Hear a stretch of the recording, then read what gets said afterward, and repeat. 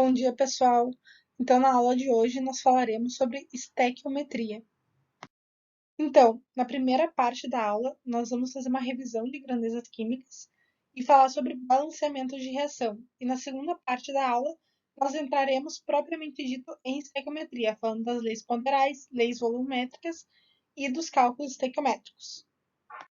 Bom, então, revisando, o que é um mol? É a unidade de medida que expressa a quantidade de matéria, ou seja, 6 vezes 10 a 23 partículas. O que são essas partículas?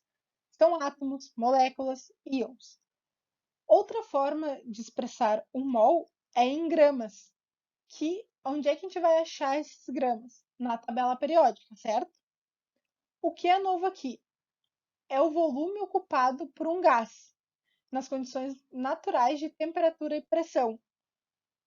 Um gás, quando está em 1 mol, ocupa um volume de 22,4 litros. Ou seja, 1 mol de hélio ocupa 22,4 litros. 1 mol de O2 ocupa 22,4 litros. Agora, 2 mols vão ocupar 2 vezes 22,4 litros. Isso não altera para o tipo de gás. É fixo esse valor. Ou seja, qualquer gás que tu vai pegar vai ocupar 22,4 litros. Claro, se for 1 mol. Se for 3 mols, esse valor vai ser multiplicado por 3. Se for 4, vai ser multiplicado por 4 e assim por diante. Vamos dar exemplos, então, para ficar mais claro. Então, 1 mol de CO2 contém 6 vezes 10 a 23 moléculas. Ocupa 22,4 litros na CNTP, que é nas condições naturais de temperatura e pressão. E tem uma massa de 28 gramas. Essa massa, então, foi calculada da tabela periódica. Agora vamos comparar com o mol de O2. Lembrando que nesses dois casos, os dois são gases. Então, ele contém 6 vezes 10 a 23 moléculas e ocupa 22,4 litros na CNTP. E tem uma massa de 32 gramas, também da tabela periódica. Então, o que a gente conclui? Que 1 mol de qualquer gás contém o mesmo número de moléculas e ocupa o mesmo volume.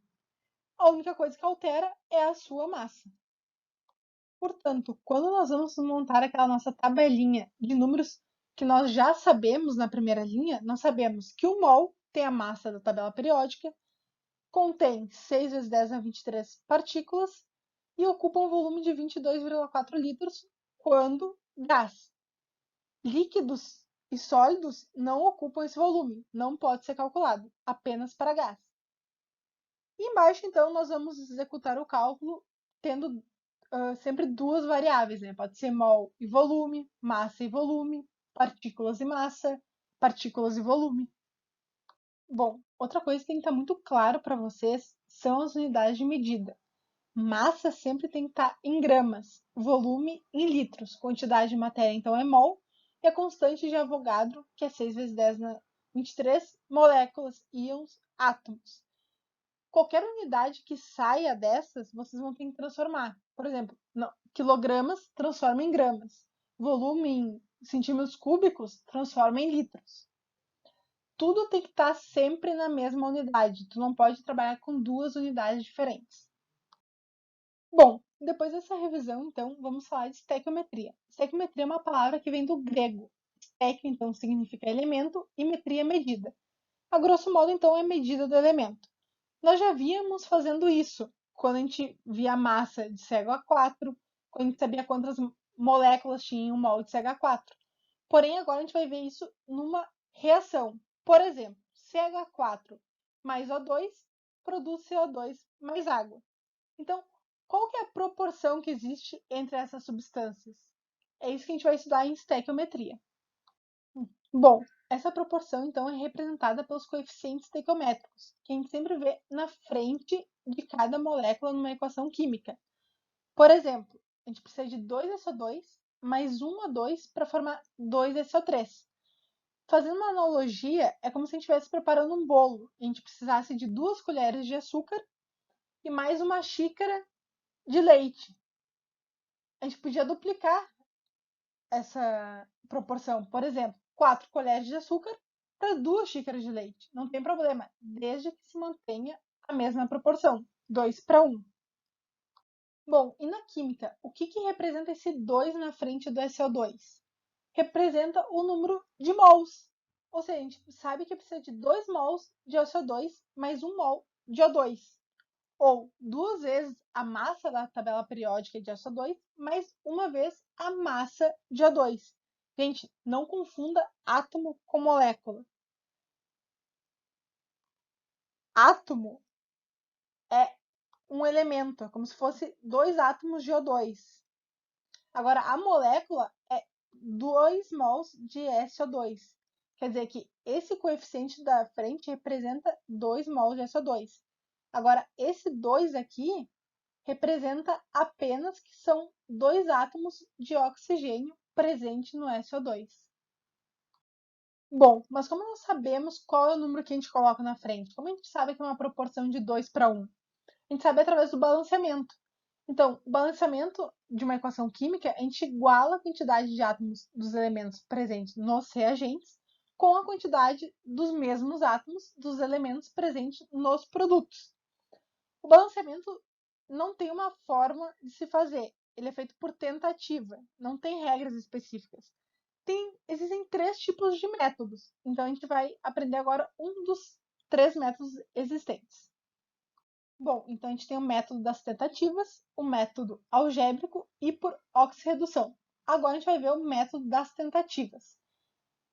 Ele é simples, tá? Ele tem 4 passos. Então, primeiro é conferir um coeficiente ao elemento que aparece uma vez em cada lado da equação. O segundo é, se houver mais de um elemento, deve-se dar preferência ao que tiver maior índice.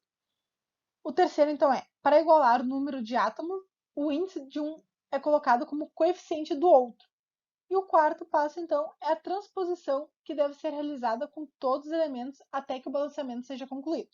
Vamos fazer um exemplo prático, então, para ficar um pouco mais claro. Bom, pegando uma reação aqui de combustão, então, do C3H8. Vamos começar, então, pelo elemento químico que aparece apenas uma vez em cada membro da equação. Nesse caso, a gente tem o carbono e o hidrogênio. Então, a gente vai ter que ver o que apresenta maior índice. O carbono, então, tem 3 nos reagentes e 1 no produto, somando 4. O hidrogênio tem 8 nos reagentes e 2 no produto, somando 10. Então, a gente vai começar pelo hidrogênio, sendo a ordem hidrogênio, carbono e oxigênio. O oxigênio ficou em terceiro porque ele aparece mais de uma vez, ou seja, aparece uma vez nos reagentes, porém ele aparece 2 vezes no produto. Bom, o próximo passo então é transformar o índice em coeficiente, começando pelo hidrogênio, que é o que a gente tinha dito anteriormente. Nós vemos que nós temos 8 hidrogênios nos reagentes, portanto, nós temos que ter 8 hidrogênios nos produtos. Nós já temos 2 ali. Então, que número multiplicado por 2 dá 8? 4, né? Então, a gente coloca um 4 na frente do H2O. Agora vamos para o carbono. Nós percebemos que temos 3 carbonos nos reagentes, portanto, temos que ter 3 carbonos nos produtos.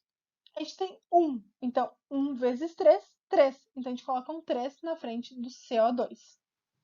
Bom, agora vamos fazer o do oxigênio. Vamos ver quantos oxigênios nós temos nos produtos.